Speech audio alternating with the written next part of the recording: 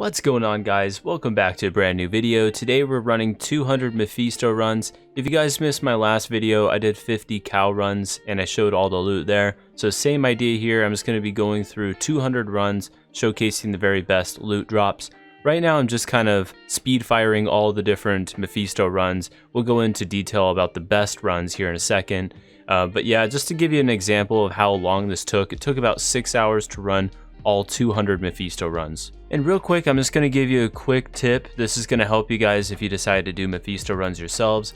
When you go to your waypoint and you go to Durance of Hate level 2, I'm going to show you the fastest way you can find Mephisto. This is pretty common knowledge, but immediately when you come out of your waypoint room, judging by where the doorway is, always go to your left. So you're always going to be going stage left. I heard this from another YouTuber, but I just wanted to mention it. You'll find it the fastest way possible that way. And yeah, just keep following the wall until you end up there. Fairly easy. I just wanted to give you guys that quick tip. Alright, so right after you kill Mephisto, to make your runs as quick as possible, go through the portal. You'll end up in Act 4. Then you just log out, log back in, and repeat. That's the easiest way to do them and the fastest way possible to do as many Mephisto runs. And just to give you guys a little bit of my character specs, just to give you some background info, we're using my Paladin, who draws about 12k damage each hammer and who has 306% magic find, so that definitely helps when doing these runs. I always recommend, as I do with every farming build, always use like a Hammerdin or some type of sorceress, because you're going to be able to use your teleporting skills and go much quicker than much of the other classes. And I got tons more Diablo 2 content coming very soon, so stay subscribed to the channel, guys. I recently just also uploaded a video for doing Ubers and getting the keys for them as quick as possible. If you guys want to take a look at that video, there'll be a link to it in the description. And subscribe if you guys are new, because my Diablo 2 content is going to be bangers, and you guys know I'm going to be uploading tons of stuff for you in the future. Remember, guys, good things come to those who wait, so just keep doing as many Mephisto runs as possible. That's why I busted out 200 when we only did 50 cow runs, and I'll probably go up to like 500 or even 1,000 in my next videos, but 200 felt like a good number. Alright, so for the first noteworthy drop, we actually get a Lem rune. And although it's just, you know, kind of like a mid-tier rune, I just wanted to throw it in this video because you can actually get some really good runes from them. No spoilers, but I do end up getting a much better high rune later in the video. So here we get a unique mask, which is awesome. It's our first one of the runs and ends up being Face of Horror, which is kind of a bad mask. I would have much preferred Indariel's Visage or something like that. Here we get Bone Weave boots, which actually when we identify them end up being Marowak, one of the best necromancer boots you could ever ask for. It has skeleton mastery, a lot of it too, which is awesome. Here we get some battle gauntlets. We'll identify them in a second. And it's probably some of the most popular battle gauntlets. 20% increased attack speed. It's a lava gout, and it has some really good fire resistance. So those can be excellent if your character is lacking any of the fire resistance, like when you're fighting all these gowls that are just flaming you up all the time. So we get some more gauntlets. This time we get Mage Fist, 20% faster cast rate, and you get +1 to fire skills. So if you have a fire sorceress, that's an awesome find. It's going to be your best end game gauntlets to carry.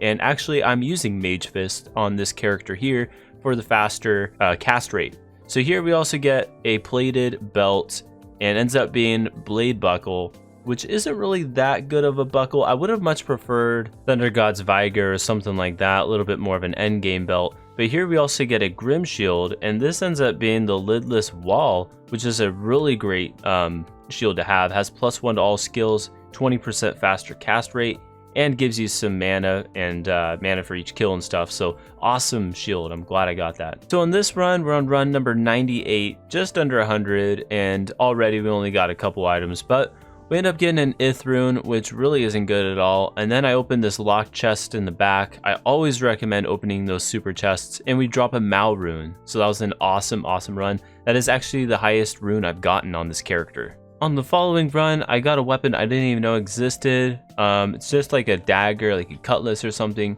When we identify it, it actually becomes an amazing piece of equipment because it gives you +4 to Poison Nova, +5 to Poison Dagger for Necromancer, 50% slow rate, and it even gives you defense. So I mean, it's a very good weapon to have. The next drop, we actually get some more gauntlets. When we identify this, we actually get the Frostburn gauntlets. And these gauntlets are a pretty good mid-tier piece of equipment to have until you get something better like Mage Fist. We also identify some boots and we get the Marowak boots, and these things slap for skeletons, so if you have a necromancer you definitely want to rock these boots. We ended up also dropping another dull rune, which isn't bad at all. In this clip we also drop the fastest boots in the game other than the Immortals boots, and it's the Alder's boots. I actually already have a pair of these, and yeah, they just make you go super fast like Usain Bolt. Definitely a good piece of equipment to carry around, especially when you just need to, you know, go as fast as possible. All right, we actually drop our very first unique ring, so I'm hoping it's the Stone of Jordan, something really good, but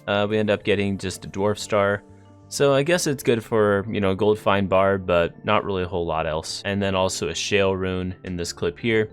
We got some more gauntlets, and when we identify it, ends up being another Mage Fist. So I'll probably be making a bunch of sorceresses or giving them away to some sorceresses. Identifying 2 Mage Fists in a row here, which is pretty crazy. I just keep getting them for some reason. So on this run, we actually got a very rare item. We got Blood Spirit, which Blood Spirit is a druid helmet, and it gives you +4 to all shape-shifting skills and +2 to final rage, or feral rage, which is a really good skill. So I think that this is a definite keeper.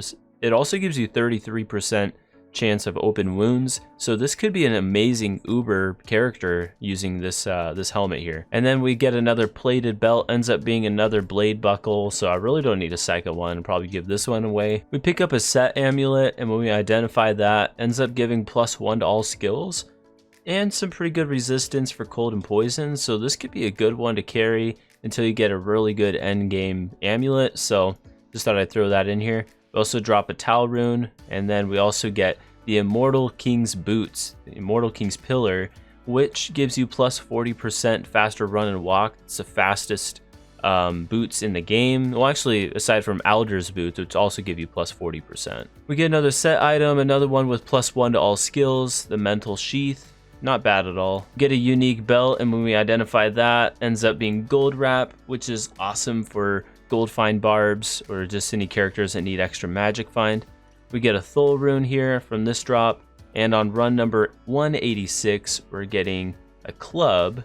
Not a good club at all, but we end up also identifying a Blood Tree Stump Maul, which actually has +2 to all masteries for Barbarian and +3 to Mace Mastery for Barbarians. So this is a pretty decent maul, I'd say, so I just wanted to throw that in here. In this clip, we actually end up getting a unique Dusk Shroud, so that just looks amazing. Identify it, ends up being Ormus's robes.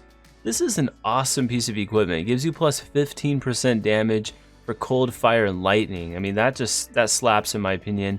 Unfortunately, it has +3 to chilling armor. I've seen one where an Ormus robe had like +3 to cold spells, and that just made it like an ungodly piece of equipment, plus has the 20% faster cast rate. So I pick up 2 helms from this Mephisto drop. The first helm is Saigen, so just complete garbage, but the other one is the Immortals helm, and that's awesome because that completes my collection for Immortals set. And coming into our last highlight is the gauntlets, the Frostburn gauntlets, and again, another kind of mid-tier gauntlet to carry around. Gives you that extra mana, which is helpful. But yeah, the last round, I just threw it in here anyways. Got absolutely dog crap on that last round. But guys, if you guys enjoyed the video, you guys want to see more stuff like this, let me know. I'll be making more content in the future with tons more runs. Just comment what you think down in the comment section, and I'll catch you guys in the next video. Thank you so much for watching. Peace out.